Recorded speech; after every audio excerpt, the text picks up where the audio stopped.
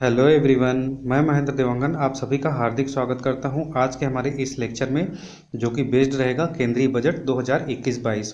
जैसा कि आप बजट के बारे में जानते हैं, यह बजट आगामी लेखा जोखा रहता है एक वित्तीय वर्ष के लिए, जो कि हमारा वित्तीय वर्ष प्रारंभ होता है 1 अप्रैल से 31 मार्च तक। ठीक है, तो यह बजट कब तक के लिए हमारे एग्जाम के पॉइंट ऑफ व्यू से इम्पोर्टेंट रहने वाला है?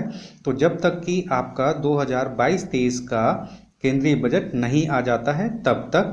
ठीक है, और यह बजट मोस्ट प्रोबेबली फरवरी में ही आता है।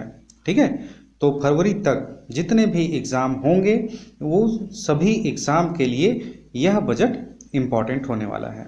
ठीक है, तो आइए हम इसके बारे में चर्चा करते हैं। ओके, तो शुरू करते हैं केंद्रीय बजट 2021-22।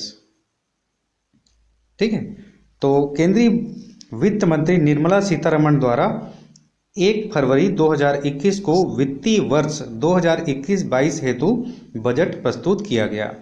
अब इस बजट में क्या आय होंगे और क्या व्यय होंगे, इन सभी के बारे में विस्तृत रूप से जानकारी यहाँ पर आपको देखने को मिलेगा। ठीक है, और इट इज़ इम्पॉर्टेंट, यह पेपरलेस बजट था। कोरोना संक्रमण को देखते हुए बजट विवरण प्रस्तुत किया गया। बैलेंस बजट, तो ध्यान दीजिएगा, आय व व्यय बराबर होने से संतुलित बजट है। ठीक है, और इसके 6 पिलर हैं। इट इज़ इम्पॉर्टेंट, 6 स्तंभ हैं। कौन कौन से 6 स्तंभ हैं तो यहाँ पर देखेंगे। न्यूनतम सरकार अधिकतम शासन, आपने सुना ही होगा, ये बहुत ही चर्चा में रहा है। न्यूनतम सरकार और अधिकतम शासन। दूसरा नवाचार व शोध। तीसरा समावेशी विकास। चौथा स्वास्थ्य व कल्याण। पांचवा मानव पूंजी। छठवा भौतिक व वित्तीय पूंजी संरचना।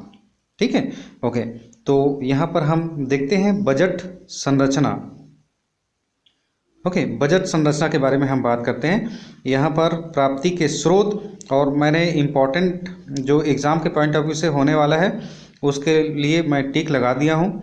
तो यहाँ पर देखेंगे प्राप्ति के स्रोत, तो यहाँ पर क्वेश्चन कैसे आने वाला है। तो हमारे एग्ज़ाम के पॉइंट ऑफ व्यू से क्वेश्चन आने वाला है, सबसे ज़्यादा आय की प्राप्ति सरकार को कहाँ से होती है? तो यहाँ पर उधार व अन्य देयताएं से प्राप्त होती है। ठीक है, कितना परसेंट आप देख रहे हैं, 36%। उसके बाद फिर जीएसटी है, वस्तु एवं सेवा कर, गुड्स एंड सर्विस टैक्स। उसके बाद फिर आयकर है, उसके बाद निगम कर है एंड ऑल। तो सभी चीज़ यहाँ पर इम्पॉर्टेंट बिल्कुल भी नहीं होने वाला है। यहाँ पर हमारे एग्जाम के पॉइंट ऑफ व्यू से इम्पॉर्टेंट है, तो ये है आपका सबसे ज़्यादा प्राप्ति आय की कहाँ से होती है, तो उधार व अन्य देयताएं। ठीक है, और उसके बाद फिर जीएसटी से। तो आप सिर्फ इन दोनों को कम से कम याद रखेंगे। मैं यहाँ पर ये भी रिपीट करता हूँ कि यहाँ पर जितने भी परसेंटेज दिए हैं वो भी आपको इम्पॉर्टेंट नहीं है। ओके, तो यहाँ पर इम्पॉर्टेंट है उधार व अन्य देयताएं सबसे ज़्यादा, उसके बाद फिर वस्तु व सेवा कर से। ठीक है, तो आय की प्राप्ति हमें सबसे ज़्यादा उधार व अन्य देयताएं से होती है। उसके बाद दूसरे नंबर पर है आपका वस्तु एवं सेवा कर पर। दैट्स इट, बस आपको इतने ही ध्यान में रखना पड़ता है। यहाँ पर पाई चार्ट के द्वारा दिया गया है कि इतना पैसे एंड ऑल। तो यहाँ पर आपको स्पष्ट रूप से दिखाई दे रहा है, ये वाला जो पूरा का पूरा सेक्शन है ये है उधार व अन्य देयताएं। ठीक है, ओके, उसके बाद फिर यहाँ पर आपको दिख रहा है ये 15 पैसे, उसके बाद फिर 14 पैसे है ना। तो ये है आपका GST, goods and service tax, आपको यहाँ पर देखने को मिला है। उसके बाद फिर यहाँ पर इनकम टैक्स, आयकर। ठीक है, 14 पैसे आपको ये पूरा का पूरा जो पाई चार्ट है उसको 1 रुपये में बांटा गया है। तो इतना पैसा आप यदि ये सभी को जोड़ते हैं तो 1 रुपये आपको मिलता है, या फिर हम उसको बोल सकते हैं कि 100 पैसे। ठीक है, तो हमने अभी तक यहाँ पर देखा कि आय की प्राप्ति। अब उसके बाद फिर खर्च, सबसे ज़्यादा खर्च किस पर होता है, तो यहाँ पर ध्यान दीजिएगा, ब्याज भुगतान करने में, सरकार को ब्याज भुगतान करने में सबसे ज़्यादा खर्च होता है 20%। उसके बाद कर व शुल्क में राज्यों का हिस्सा। ठीक है, तो राज्यों को हिस्सा, कर व शुल्क में राज्यों का हिस्सा, उसके बाद आता है ब्याज भुगतान। सबसे ज़्यादा खर्च होता है ब्याज भुगतान करने में, क्योंकि भारत सरकार का ब्याज भुगतान किसके किसके लिए दिया जाता है? तो आईएमएफ से जैसे कि उधारी लिए हैं, वर्ल्ड बैंक से उधारी लिए हैं, या फिर अन्य देशों से हमने उधारी लिए हैं, तो उन देशों के ब्याज भुगतान में पैसा खर्च सबसे ज़्यादा होता है। उसके बाद फिर कर व शुल्क में राज्यों का हिस्सा राज्यों द्वारा जो प्राप्त होता है उसमें उसको वापस कितना परसेंट दिया जाता है, ये आपका वित्त आयोग तय करता है, करेक्ट। लेकिन यहाँ पर कर व शुल्क में राज्यों का हिस्सा कितना प्रतिशत खर्च होता है? तो 16%। बस इसको इसमें इतना ही ध्यान देने का रिक्वायरमेंट है। उसके बाद फिर हम आगे बढ़ते हैं। तो यहाँ पर बजट संरचना का विश्लेषण कर लेते हैं, जो कि हमारे एग्जाम के पॉइंट ऑफ व्यू से काफ़ी इंपॉर्टेंट है। ओके, तो केंद्र सरकार के आय व्यय, यहाँ पर ध्यान देंगे, आय व्यय। केंद्र सरकार के इस वित्तीय वर्ष में आय स्रोतों में राजस्व प्राप्तियों का योगदान 51.31% तथा शेष 48.66% पूंजीगत प्राप्तियों का योग शामिल है। सो मैं यहाँ पर आपको हिदायत दूंगा कि इसको आप बिल्कुल भी याद ना रखें। उसके बाद फिर यहाँ पर व्यय संरचना से स्पष्ट है कि 84.09% राजस्व खाता में शामिल है। आप बस इतना ध्यान रखेंगे कि राजस्व खाता में कितना प्रतिशत, तो 84.09, मतलब अधिकतम भाग राजस्व खाता में शामिल है। यह सरकार का अनुत्पादक व्यय है, ठीक है, क्लियर, ओके। उसके बाद फिर हम आगे बढ़ते हैं बजटीय घाटा अनुमान। ओके, तो वित्तीय वर्ष 2021-22 में शुद्ध आय केवल 51.34% अनुमानित है, जिससे वित्तीय घाटा की स्थिति होना संभावित है। ओके, तो बस यहाँ पर मैं फिर से बोलूँगा कि जितना भी यहाँ पर परसेंटेज दिया है बिल्कुल भी आप इसको याद ना रखें। इंपॉर्टेंट क्या है, तो यहाँ पर राजकोषीय घाटा, यहाँ से इंपॉर्टेंट सेक्शन आपके लिए शुरू हो जाता है। ओके, तो राजकोषीय घाटा जिसको फिस्कल डिफिसिट बोलते हैं, है ना, क्या होता है राजकोषीय घाटा? जैसा कि हम बजटीय शब्दावली के बारे में पहले ही चर्चा कर चुके हैं। यदि आप उन वीडियो को नहीं देखें तो प्लीज़ आप उसे जाकर जरूर देखें, ठीक है, ताकि बजट का विश्लेषण समझने में आसानी हो आपको। ओके, तो राजकोषीय घाटा उसे कहते हैं, मैं फिर भी एक छोटा सा एक्सप्लेनेशन आपके लिए रखता हूं।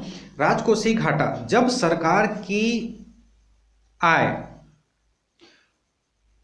व्यय से कम हो, जब सरकार की आय कम हो और व्यय ज्यादा हो, तब हमें राजकोषीय घाटा होता है। ओके, और यहां पर इंपॉर्टेंट है कुल जीडीपी का कितना परसेंट, तो 6.8%, ठीक है, तो it is very very important, 6.8%। राजकोषीय घाटा कितना परसेंट, तो 6.8%, इट इज इंपॉर्टेंट। उसके बाद फिर राजस्व घाटा, तो यहां पर मैं फिर से रिपीट कर रहा हूं, राजस्व घाटा क्या है, तो सरकार को जितने राजस्व की प्राप्ति होती है उससे कहीं ज्यादा वह व्यय हो जाता है, इसे हमें क्या कहते हैं, राजस्व घाटा कहेंगे। तो यहाँ पर राजस्व घाटा जीडीपी का कितना परसेंट, तो यहाँ पर 5.1%।